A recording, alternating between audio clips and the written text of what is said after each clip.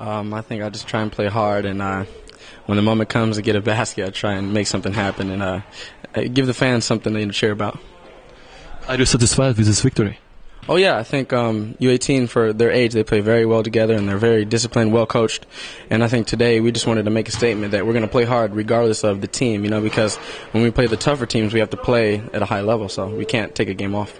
So and lately we are scoring, Liepaja is scoring too many points, 90, 92, 97, 96, now 119. It looks like offense is open and Liepaja can score many points against nobody who is playing against, right? Yeah, I think we're realizing our offensive potential, and the main thing is we have to just lock down on defense because we can score with any team in the LBL. Okay, so what about you? You feel good? I feel great. Pirmajā spēlē mēs pa 9 punktu tikai vinējām, un man liekas, bija mazākais punktu skaits, ko mēs iemetām vispār par kādu komandu.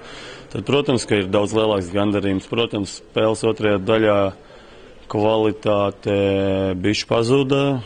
Pirmajā tur bija individuāli pāris spēlētājiem neaizgāja, bet bija patīkami, ka cilvēki izpildīja to, ko viņiem lika, un tāds labi izskrējās čaļi. Kas varbūt vairāk priecēja ar lielu pārliecību, teiksim, izcīnīt uzvaru, bet daudz iemestie punkti?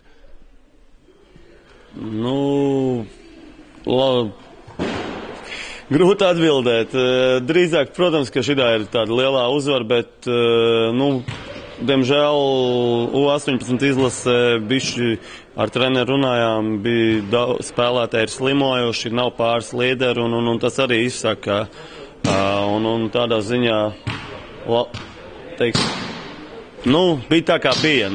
Viņiem, diemžēl, šoreiz nepaveicās ar to, ka nebija spēlētāji un varbūt neaizgāja spēle. Mums bija normāli metieni aizgāja. Uzjautāja arī viesu komandas trenerim, ko viņš saka par spēli. Viņš teica, ka izskatās, ka Liepaja bijuši daudz brīvdienas, jo visi ļoti gribēja skriet. Tas gan bija iedevis atpūsties. Čaļi labi atpūtās. Jā, un es teicu, ja jūs labi atpūšaties, tad arī labi ir jāspēlē. Labi nostrādāja treniņos, kaut kas varbūt neaizgāja treniņos. Šī spēlē aizgāja, un tagad būs viņi tādā normālā štosē, lai varētu sagatavoties uz nākamajām ļoti svarīgām spēlēm. Tieši to gribēju jautāt, 3 ļoti svarīgas spēles, vai kaut kāds ir jau sastādīts plāns, kā tām gatavoties, jo tomēr iespējams pēdējās 3 spēles sezonā, bet noteikti no Liepajas pozīcijām raugās gribēs cerēt, ka vēl tās spēles nebūtu no pēdējās. Kā redzēs, bārnās nocins, jo gatavojos uz play-offiem, bet mums jau šie ir play-offi, un mēs uz katru spēli atsevišķi gatavojamies uz turību. Tagad mums nav tā, ka es uz visām 3 uz priekšu. Nē, mēs tagad koncentrējamies tikai uz turību spēli un ņemsim vērā iepriekšējās kļūdas. Viņiem vēl te būs viena spēle, ja nemaldos rītdien, tad izdarīsim secinājumus arī par to, kā viņi tagad spēlē, un sagatavosimies tā, lai varētu cīnīties un uzvarēt. Nespēlēja Liepājā 2 spēlētāji, Renārs Magone un Artūrs Brits, cik nopietni viņiem savainojumi? Kā teicu iepriekš, mums rotācija ir, un šoreiz viņi palikās malā, tāpēc, ka arī neliels mikrotraumas, neteiksim liels, viņi strādā kārtīgi, individuāli tagad, un šī spēle bija tā, kur bija jādod kādam citam iespēju. Vai nebūtu gribējis, ka Jēkabs Pēvs šodien būtu bijis uz Liepājas soliņa? Tāda no vienas puses doma bija, bet to, ko runāju iepriekš jau, ka ar viņu, ka mēs viņu mēģināsim daudz neizmantot, jo viņa pamatu uzdevums mēģināt cīnīties par vietu 18 sastāvā.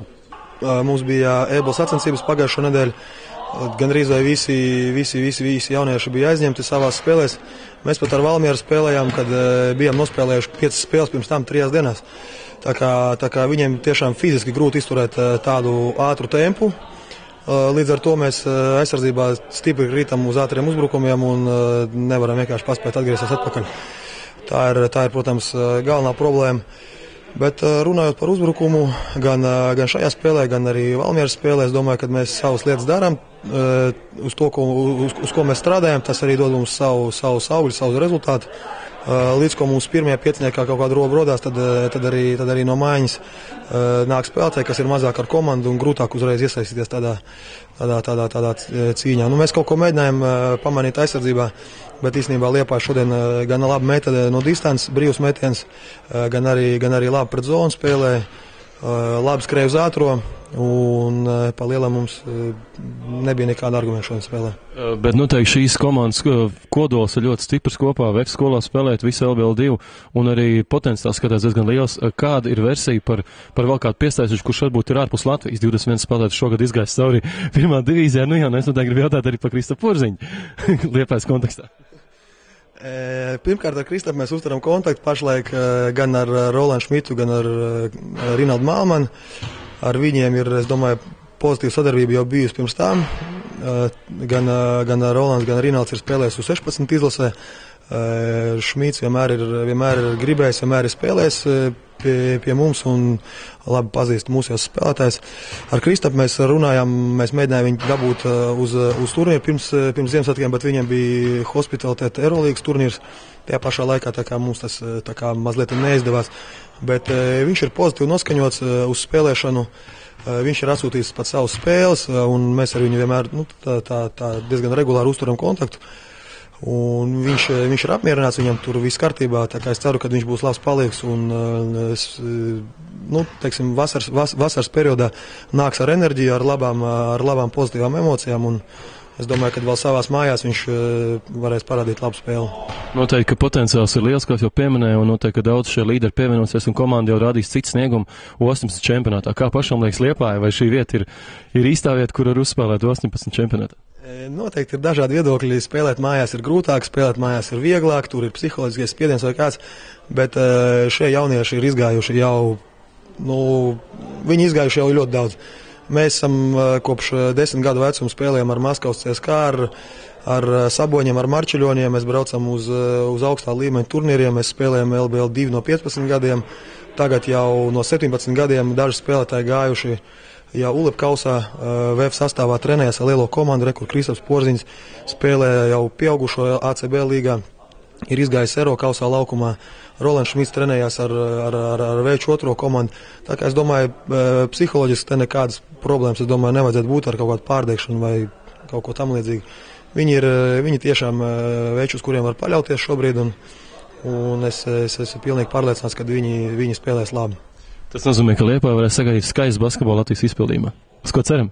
Ceram, ka mēs spēlēsim labi. Protams, ka mēs darīsim visu, lai mēs nospēlētu maksimāli labi, cik var.